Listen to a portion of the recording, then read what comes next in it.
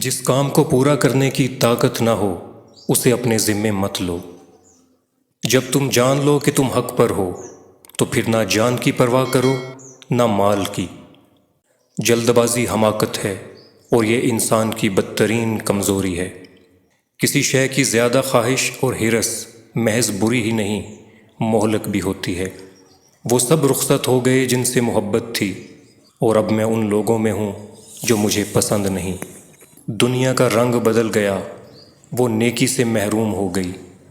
کوئی نہیں جو ظالم کو ظلم سے روکے۔ وقت آ گیا ہے کہ مومن سچائی کی راہ میں بے چین ہو کر نکل پڑے اور اپنا سب کچھ اللہ کی راہ میں قربان کر دے۔ بہترین سکون یہ ہے کہ اللہ کی اطاعت پر خوش رہو۔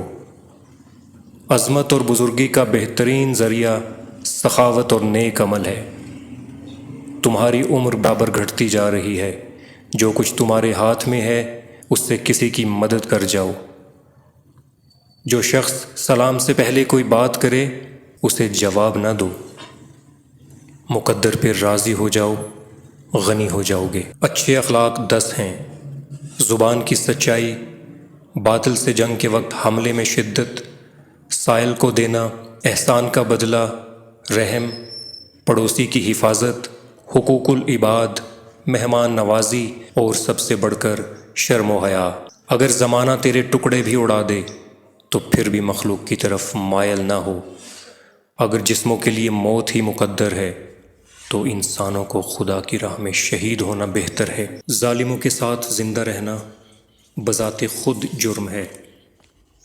حماقت کیا ہے؟ کمینوں کا اتباع اور گمراہوں کی اطاعت۔